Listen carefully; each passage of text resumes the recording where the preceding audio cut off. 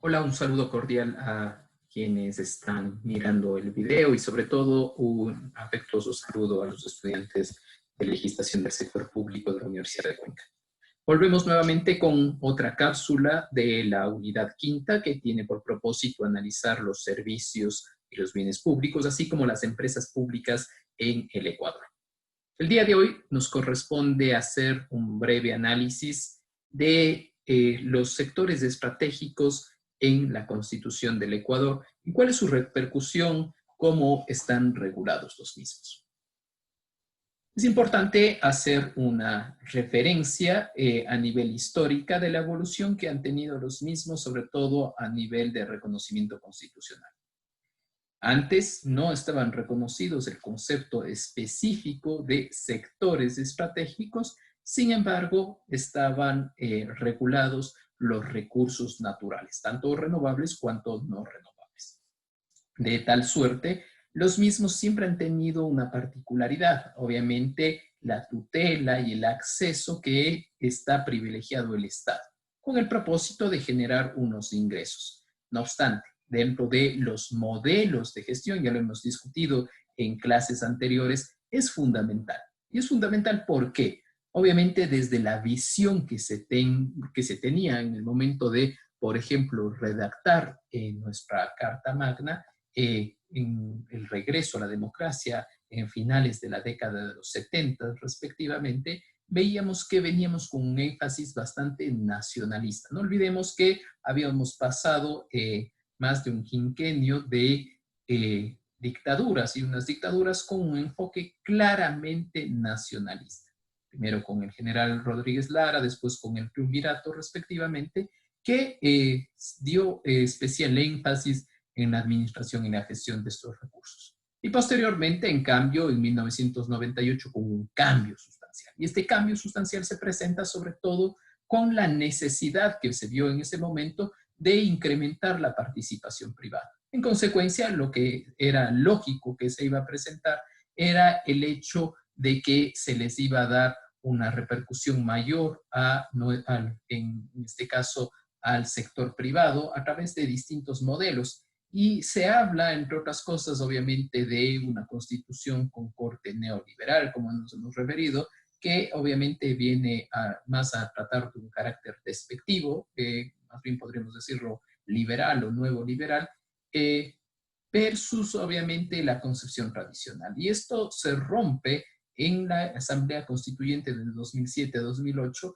entre otras cosas bajo el discurso contrahegemónico de señalar que obviamente quienes detentaban el poder y quienes estaban obteniendo grandes beneficios en este caso eran tanto empresas privadas, pero sobre todo internacionales. Y que lo lógico era que el Estado, a través del gobierno central, también pueda participar de los mismos. Y si participaba de los mismos, obviamente que obtenga un porcentaje mayor. Pero esto no se quedó solamente en el hecho de participar y obtener mayores beneficios, sino bajo la concepción de un modelo hiperpresidencialista, a través del cual el presidente de la República tomó para sí mayores atribuciones, y si hacemos un análisis comparativo sobre todo de las competencias que tiene el gobierno central a la fecha, versus con la Constitución de 1998, veremos que tiene un catálogo mucho más grande. Y en ese catálogo mucho más grande, obviamente va a regir sobre todo los aspectos relacionados con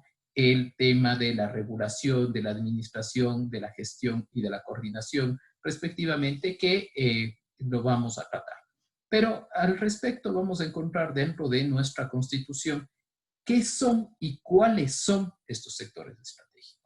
¿Qué son? Obviamente son aquellos que han sido calificados, que dada la importancia y dada la trascendencia que tienen estos, y sobre todo en 4 ámbitos. En el ámbito económico, es decir, generan grandes ingresos. Ya vamos a ver que aproximadamente más del 16% del Producto Interno Bruto del Ecuador se encuentra concentrado precisamente en estos sectores. Dos, la trascendencia de carácter político, pero no solamente el hecho político clientelar, sino de la política de generación de políticas públicas en ese sentido, el tema social por la repercusión que va a tener obviamente en poblaciones vulnerables, en los individuos en general, en las empresas y el carácter ambiental. ¿Por qué? porque debido a una explotación que se va a hacer, una exploración y explotación respectivamente, nuestra Constitución señala que sí se puede hacer, en tanto en cuanto se atiendan a ciertas dinámicas y cumplimiento de unos principios que en el ámbito ambiental tendrán que ver sobre todo con la sostenibilidad y la utilización en teoría, y esto digo en teoría porque en la práctica pueden suceder otras situaciones, de altos estándares en este sentido. Y dos, obviamente, ¿cuáles son? Y vamos a encontrarnos dentro de la energía en todas sus formas, obviamente puede ser hidroeléctrica, puede ser geotérmica, etcétera, ¿sí? Y aquí vamos a encontrar un rol protagónico que ha tenido el Estado, entre otros, en los últimos tiempos, el tema de las telecomunicaciones. Y en las telecomunicaciones se va a presentar la situación no solamente relacionado con telefonía fija, sino telefonía móvil y obviamente Internet. Démonos cuenta que en la última década los cambios tecnológicos y la innovación se ha generado de una manera tan acelerada que, por ejemplo, en el caso específico de la telefonía fija, cada vez la brecha ha disminuido, quedando obviamente con mayor trascendencia el tema de la telefonía móvil, de tal suerte, por ejemplo, compañías que fueron emblemáticas en su momento, que venían de la línea de Yetel y que después se transformó en Pacifictel y Andinatel, que hacíamos una referencia histórica en cápsulas anteriores, se transformó en la CNT, en la Corporación Nacional de Telecomunicaciones, y si la CNT a la fecha no tendría sobre todo ese gran dominio, por ejemplo, en el ámbito de Internet, mal podría ser todavía un buen competidor, porque la mayor parte del mercado, insisto, se concentra en el sector de telefonía móvil. Muestra de ello es que fruto de las grandes negociaciones que se dan en este sentido, el Estado genera grandes ingresos cada 4, cada 5 años, por ejemplo, cuando se asigna, y obviamente este es el rol que tiene la administración, como ustedes saben, diseño, planificación, desarrollo y control, en este ámbito, sobre todo porque la autorización que tiene del espectro radioeléctrico en este sentido y obviamente la utilización de las telecomunicaciones, tanto en algún caso para radios y televisiones y en segundo caso para temas de telecomunicaciones, hace que genere unos altos divisas y altos ingresos, tanto a nivel nacional como internacional, porque hay algunos operadores de poder. Los recursos naturales no renovables, por ejemplo, el tema de manera particular minería, transporte y refinación de hidrocarburos, que ha sido un aspecto esencial desde la década de los 70.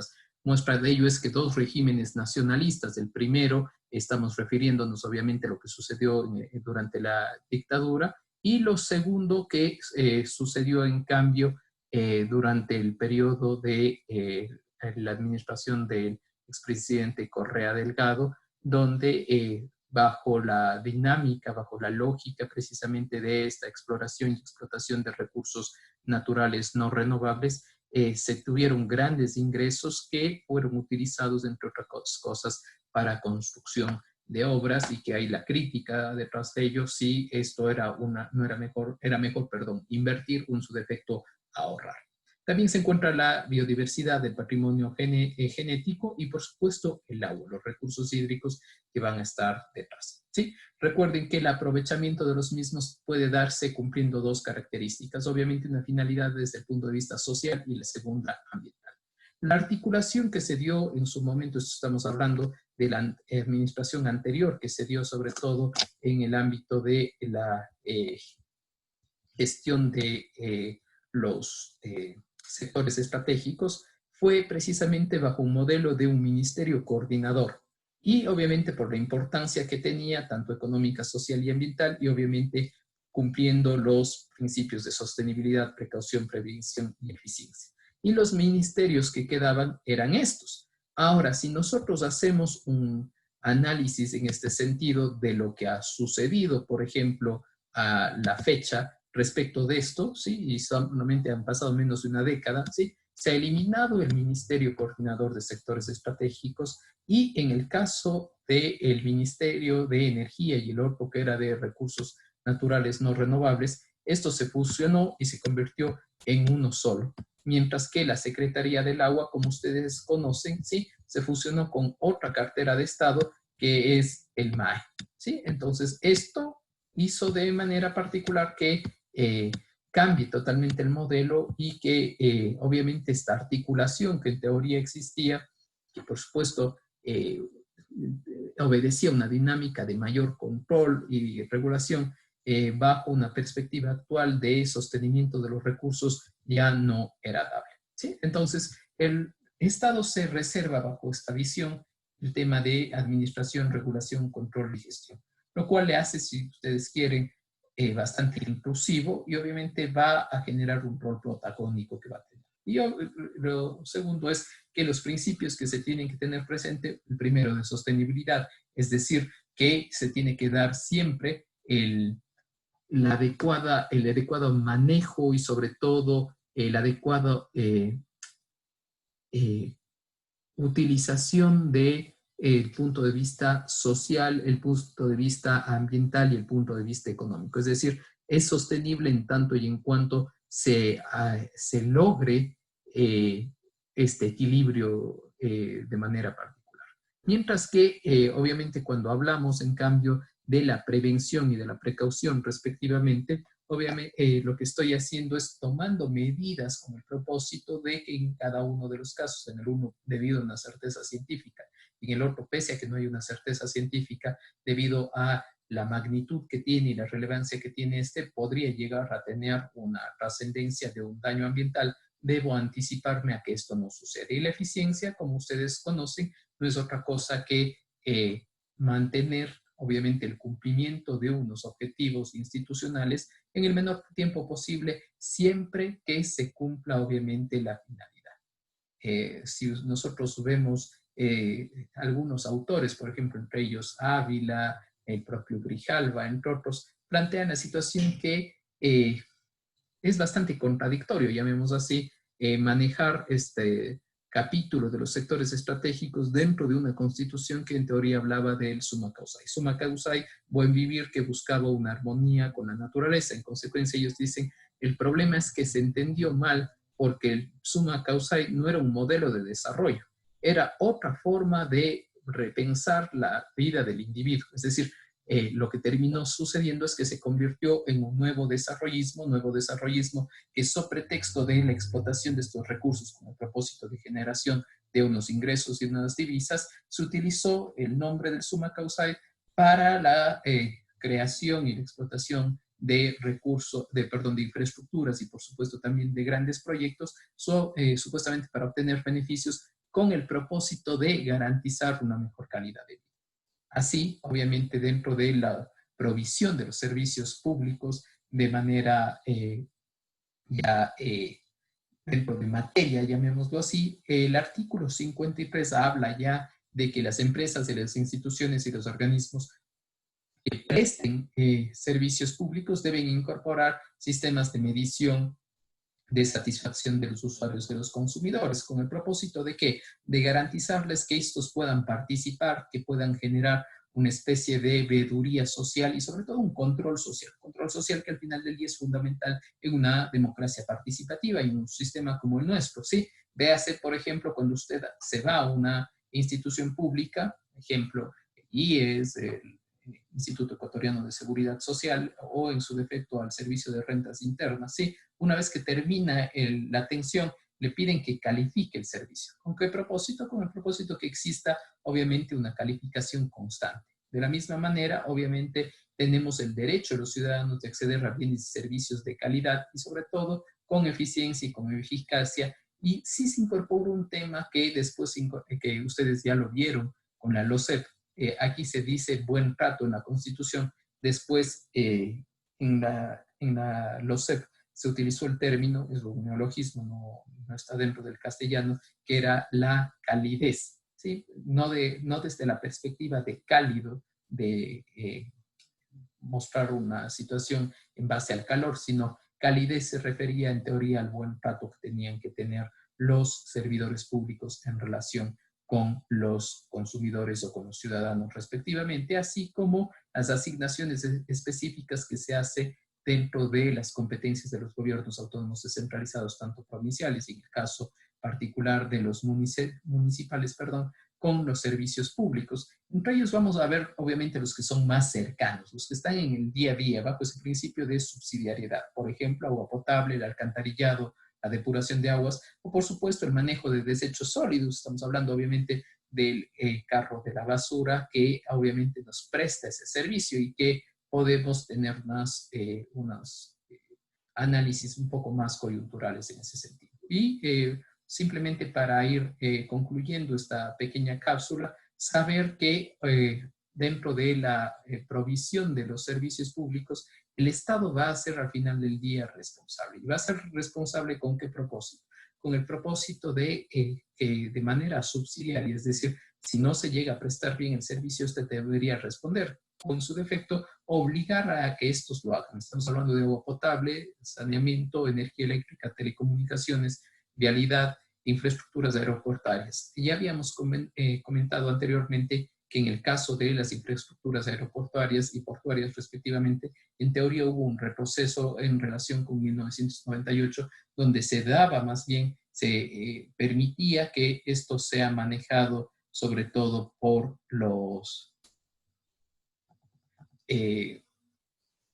gobiernos autónomos descentralizados y ahora regresó al gobierno central. ¿Por qué? Porque el gobierno central respondía a una lógica que decía, si a ellos les va bien y ellos están generando obviamente unos ingresos, porque nosotros no como Estado hacemos lo mismo, con una intencionalidad detrás de eso, no de boicotear, creería yo, las buenas intenciones o el servicio que tenían los gobiernos autónomos descentralizados, sino sobre todo por generar recursos, ¿sí? Otra de las grandes discusiones que hubo en el artículo 315 y 316 son dos artículos que el presidente de la República en ese entonces consultó a la Corte Constitucional con el propósito de que le interprete. No se olviden que la Corte Constitucional es el máximo órgano de justicia constitucional y en consecuencia es el único autorizado a interpretar la Constitución. Y le pregunto, oiga, en la Constitución dice que el Estado tiene que constituir empresas públicas para la gestión de los sectores estratégicos. ¿Se tiene que hacer directamente esa constitución de empresas o lo puedo hacer yo directamente? Y le dijo que sí se lo podía hacer directamente en tanto y en cuanto sea obviamente el gobierno central, por ejemplo, a través de un ministerio, a través de una subsecretaría.